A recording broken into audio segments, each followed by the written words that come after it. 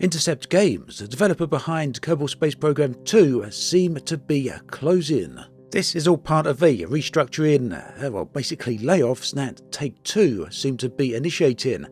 The information has been found on the US government website. You can see it on the screen right here.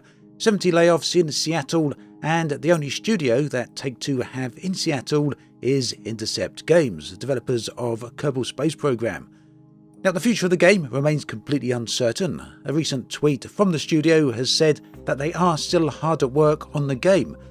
But that doesn't help us much because, of course, they would still be hard at work on the game because the layoffs don't happen until the 28th of June.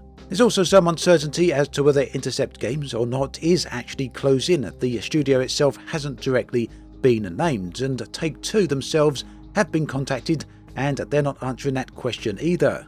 But that said, games journalist Jason Schreier, who has an excellent reputation within the industry, has said that Intercept Games is indeed closing. So as you can imagine, the past 24 hours or so in the Kerbal Space Program community has been complete chaos, a lot of confusion and uncertainty as to what exactly is going on, and no one seems willing to clarify the situation. And that's not for lack of trying. Many people have tried to get additional information.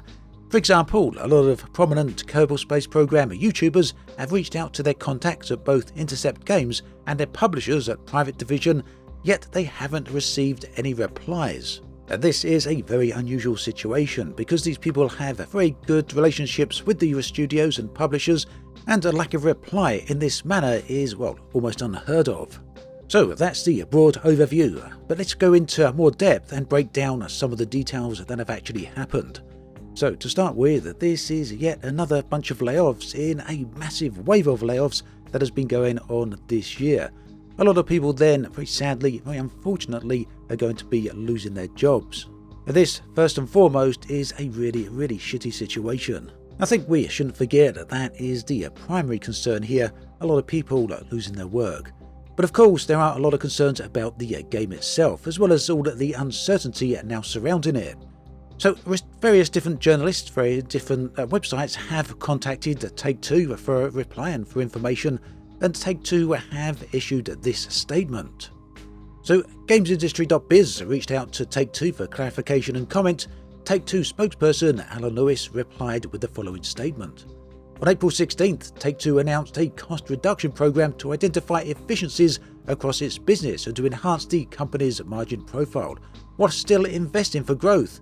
As part of these efforts, the company is rationalizing its pipeline and eliminating several projects in development and streamlining its organizational structure, which will eliminate headcount and reduce future hiring needs.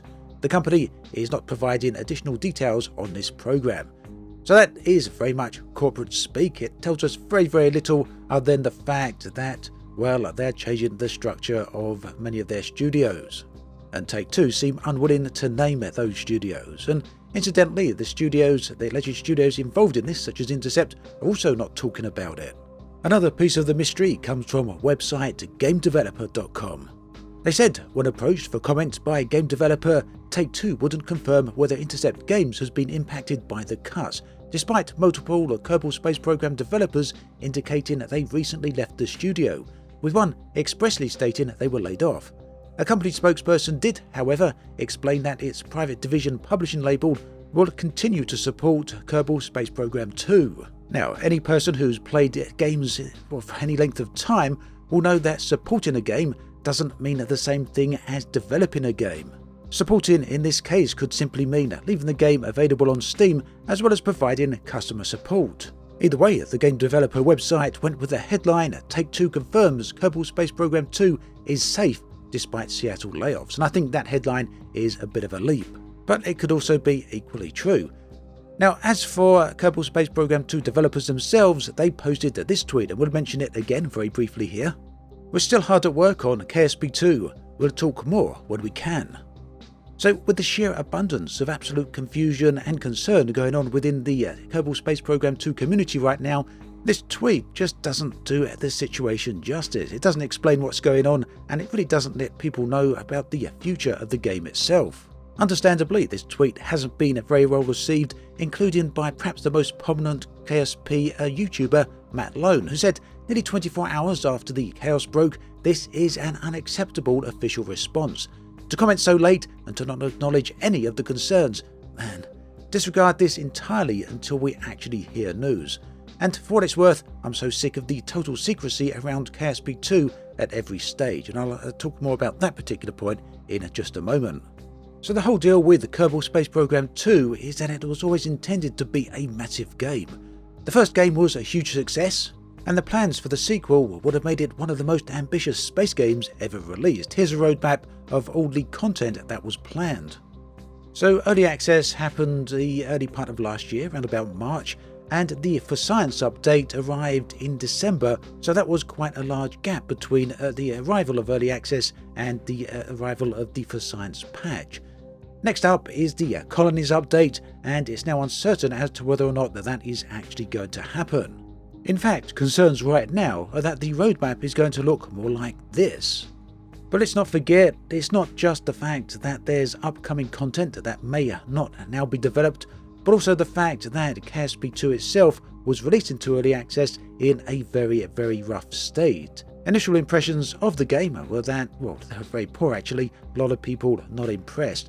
And over the history of the game's life cycle, it's had a very low player number on Steam charts, and we can see it's going into the low hundreds right here. So the game by no means has been a huge success. In fact, it's probably been the exact opposite. The hope has always been, however, that Intercept Games would be able to turn it around and pull a No Man's Sky. But as time has moved on, that seemed less and less likely, especially considering the recent news. Now, another part of the whole story here that certainly is problematic for KSP 2 is the early access nature. So, many people accept that games in early access are going to have problems, they're going to have bugs, and they sit back and wait for them to be fixed. That is a part of the whole process. But 2 points here. Firstly, early access games usually have a low price. Kerbal Space Program was charged at £50. That's a premium price for even a AAA game, let alone an early access game. Secondly, games in early access, the developers always usually anyway, are very communicative with the game players. The community need to know what's going on at every step, and that is a whole part of the unspoken agreement. Players, the community, will fund your game in exchange for feedback and open development. But the thing is, as Matt Lone explained earlier in his tweet, there's been unprecedented and ridiculous levels of secrecy throughout the entire development cycle of KSP 2, and that really hasn't helped matters. In fact, it's really gone against the whole nature of things and led to a lot of dissatisfaction and distrust with the community, and that ultimately, I do feel, at least personally, my own opinion, is that it's one of the things that has had a huge impact on the low player numbers for the game. Ultimately then, it's no surprise that if a game was to cease development, it would be a KSP 2. It hasn't lived up to expectations, it's got very low player numbers, and just doesn't seem to be going forward at a reasonable pace. But all that said, the future of the game is very much unknown. No one really knows what to expect. There's a few possibilities.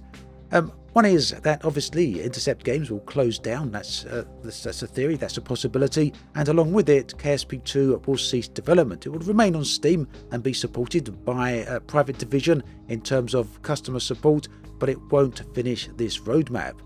Another possibility is that before Intercept Games close down, they will release one final patch, maybe the Colonies update, maybe something else, getting at least the Kerbal Space Program another step forward along its development cycle. But unfortunately it would then cease further development at that point.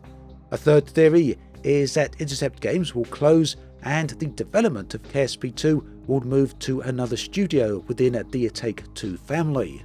Ultimately then, there's a lot of different thoughts going on here, and yes, the future is very much uncertain. So do let me know what you think about all of this in the comments section below. I'd love to know your thoughts on the KSP 2 situation. Thanks for watching this video all the way to the end. Take care, and I'll catch you next time.